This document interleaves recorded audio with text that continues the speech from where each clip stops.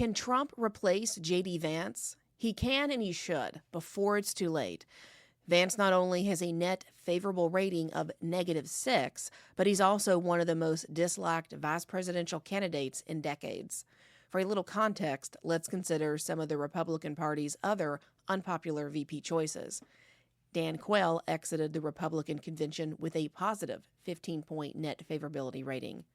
Let's not forget the disaster that was Sarah Palin, but even she managed to enjoy a positive 26-point net favorability rating after the convention. But see, it gets even worse for Vance. In his home state of Ohio, he's polling at -16 net favorability. Now, it's one thing if the country doesn't like you, but your own home state, the state that elected you as their senator less than 2 years ago, is already over you.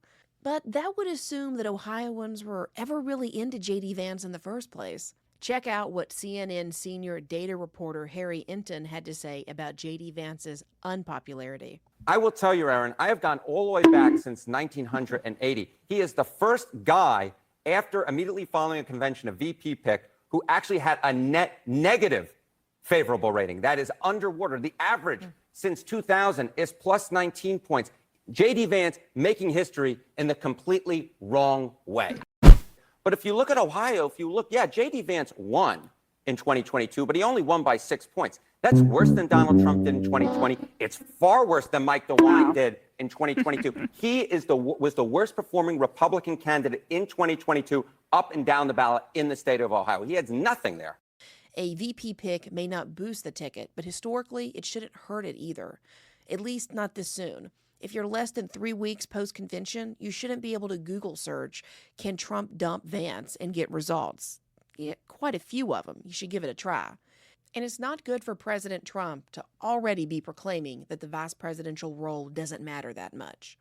But back to the opening question. Can Trump replace J.D. Vance? Yes, a resounding yes. And it's actually happened before, to the Democrats back in 1972. Presidential nominee George McGovern selected Senator Thomas Eagleton as his running mate, but he didn't put much thought into the decision. You see, McGovern had been turned down by 5 or 6 people for the VP spot. He'd originally hoped that Senator Ted Kennedy would be his running mate, but that never happened. After getting turned down over and over, he had to make a decision. It was the first day of the convention, and after a lot of campaign chaos, and just an hour before the deadline, McGovern picked Senator Thomas Eagleton. They spoke on the phone for only 2 minutes. At that time, vetting a VP candidate wasn't standard practice. And boy, that was a mistake that was learned the hard way. Rumors began to swirl shortly after he became the vice presidential candidate. Then, an anonymous call phoned McGovern's headquarters and said, "Check into Senator Eagleton's background. He has a complicated medical background." It was quickly uncovered that Senator Eagleton had checked into a hospital on 3 different occasions to get treated for depression. On 2 of those occasions, he underwent electroshock therapy. Initially, McGovern acted like he wasn't deterred by these mental health issues and stood by Eagleton. At one stop, McGovern said, quote, "It's hot here tonight, but I'll tell you one thing, I can take the heat and I'm going to stay in the kitchen." On another occasion, McGovern said, "I'm behind him 1,000%. He then turned around, went behind closed doors, and ordered that Eagleton be dropped from the ticket after just 18 days. So when Trump gets out there and skips past the, J.D. Vance's great part, straight to the vice presidential role doesn't matter, like this? Historically, the vice president, in terms of the election, does not have any impact. I mean, virtually no impact. You have 2 or 3 days where there's a lot of commotion as to who, like you're having it on the Democrat side, who it's going to be.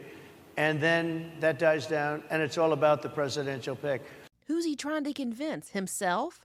Is that some sort of self-soothing statement that makes him feel good, warms the cockles of his heart when he goes to bed at night, that the guy that he picked that's a complete disaster won't matter? Rule 9 from the Republican Party official rulebook explains how a replacement would work. It says, quote, "The Republican National Committee is hereby authorized and empowered to fill any and all vacancies which may occur by reason of death, declination, or otherwise."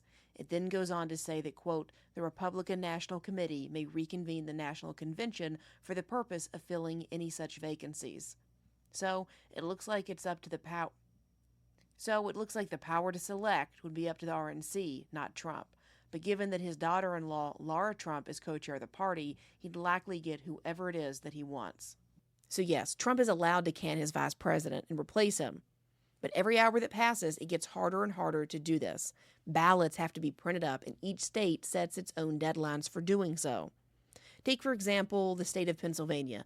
The earliest day that you can vote as a constituent is September 16th. That's less than a month and a half away. As Johnny Cash would say, "Time's wasting." But things get a little more complicated in states like Arizona. The latest a new presidential candidate can be added is August 30th. But the state's counties vary. For example, Maricopa County in Arizona says it needs ballots to be finalized by August 22nd. That's only a few weeks away. Then in J.D. Vance's home state of Ohio, the deadline to get on the ballot is August 7th, and that's in 3 days. Bottom line, Trump can get rid of Vance. Then the RNC would pick a replacement. If they want to get the vice president's name on the ballot with Trump, that would need to be done in a few days. If things progress past ballot printing deadlines, I gather that then Trump voters are merely voting for a ticket with the VP to be determined by the Republican Party. Now, this all seems wild, but it has already been a crazy election year. We watched Biden space out on live TV. Then Biden dropped out. Then Kamala was anointed the candidate. Then Trump survived an assassination attempt. And it's only August. With just 92 days till the election, anything can happen. A vice president getting replaced wouldn't really shock me. Maybe we'd get a new political term out of it to add to the lexicon. Back in 1987, President Reagan nominated Robert Bork for the Supreme Court. After he was tore apart in confirmation hearings, he was ultimately rejected. Since then, people have referred to a political rejection as getting borked. Even the Oxford English Dictionary added the term to their list, saying that bork is a verb used as slang to defame or vilify a person systematically, especially in the mass media, usually with the aim of preventing his or her appointment to public office. Maybe if Trump dumps his vice president, we can now call it getting vanced. So why is it that so many people don't like J.D. Vance? Well, I can tell you why I don't like him. Vance isn't the best choice by a long shot. He's just the guy that had the most money behind him, and let's face it, most Republicans weren't going to vote for a Democrat in 2022 for the senator of Ohio, especially when that Democrat is Tim Ryan. And there's no way MAGA is going to go for Tim Ryan. So for better or worse, conservatives voted for Vance 2 years ago. But being the lesser of two evils isn't something that is necessarily going to make you loved by your constituents in just a few years. He's not even done anything during his short time in Congress that is memorable. I know, I'm a lifelong Ohioan. Just like Vance, I grew up here. My formative years were spent in the Buckeye State. I also attended OSU, just like Vance. And this podcast is being broadcast to you from a small rural town in Ohio, the kind that Vance likes to say that he's from. But the more than $2 million mansion he's loafing in Cincinnati is a far cry from the working class community and the struggle bus lifestyle he sold to Americans in his best-selling book, Hillbilly Elegy. In fact, J.D. Vance doesn't really have that much of a resume. His whole career was boosted by tech billionaire Peter Thiel. Peter Thiel basically got J.D. Vance every job he's ever had and pulled strings to get him employed. He's never really had to earn anything. I don't see J.D. Vance out there writing cover letters and applying for jobs on Indeed or Monster.com. This man had his life completely laid out for him and was cherry-picked by Peter Thiel. So he can tell me he grew up poor, but his life as an adult has been nothing but a gravy train. But this isn't the only thing, sure. Rich people pick out people to endorse as candidates and boost them up. Sure, Peter Thiel gave J.D. Vance $15 million 2 years ago for his Senate race, but money is a thing in politics. Let's move past it. But it's J.D. Vance's massive flip-flop on Trump that really ticks me off.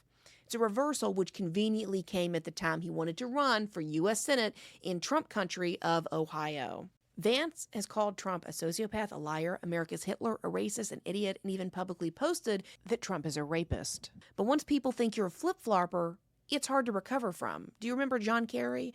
He was branded a flip-flopper, and it cost him the election in 2004. Let's not forget Vance's comments calling the childless sociopathic and deranged. Vance even said we should declare a war on people with anti-child ideology. He's advocated for making the childless pay more in taxes and stated that childless people running the government aren't as good because they don't have a stake in the future. What else does he want to do? Well, he wants the childless to not have as many votes in the system. That's right. If you have a kid, you get an extra vote. Vance has also stated that women should stay in abusive marriages because they aren't that bad, and suggested that women's travel should be restricted to ensure they aren't having an abortion in another state. But it's his line about American cities being run by childless cat ladies that is probably the most damning comment he's made so far. It's been memeified online. You can't really recover from that. It's so pointed, so hateful, so dismissive. It's so misogynistic on its face, it's hard to believe a man would say that out loud in the 21st century. And this comment is just a few years old, so he can't say he was just young and dumb with his words. I mean, he was a best-selling author after all. So was all this worthy of dismissing Vance? Well, this childless cat lady says so. You see, I'm not alone. There are more than 21 million childless women in the United States from the age of 20 to 39. You see, a record number of women are choosing to not have kids, and J.D. Vance just pissed them all off. We may not have kids, but we are registered to vote, and we tend to lean blue. If you zoom out and look at just single women, the number is double, standing at 42 million single women in this country. That voting bloc is nearly as large as that of African Americans. Besides, it doesn't take a political scientist for people to know that the GOP has long had a woman problem. The reputation for being sexist and misogynistic is thick. The overturning of abortion is already stimulating women to vote, and J.D. Vance's judgment on their lifestyle isn't helping smooth over this rough spot. For his own political aspiration, it was unbelievably dumb for Vance to chastise childless women. Don't anger such a large voting bloc. But it was even dumber for the Trump campaign to add J.D. Vance to the ticket. I mean, not only was he the original Mr. Trump derangement syndrome in walking, living, breathing color on television, but he's also this massive woman hater. Look, Trump already has his own issues with women. Why he picked someone with a more misogynistic reputation than him makes no sense at all. All I can come up with is Vance's political sugar daddy and tech giant Peter Thiel is what Trump really wanted. He just wanted him for his cash. But eyeing all of that green appears to have been a mistake that now has Trump seeing red. Trump hires awful people. He just has no instinct for it and buys into the ass-kissing. So apparently, Trump didn't learn anything from his first administration. Messing up and hiring Reince Priebus or John Bolton is a mistake that you can recover from. And while replacing your vice president isn't actually that hard of a thing to do technically, it is horrible in terms of optics. But how long are they going to ride this sinking ship? We are 92 days out from the election, and every day we all know something's going to come up from Vance, or he's going to open his flapper and say something even dumber.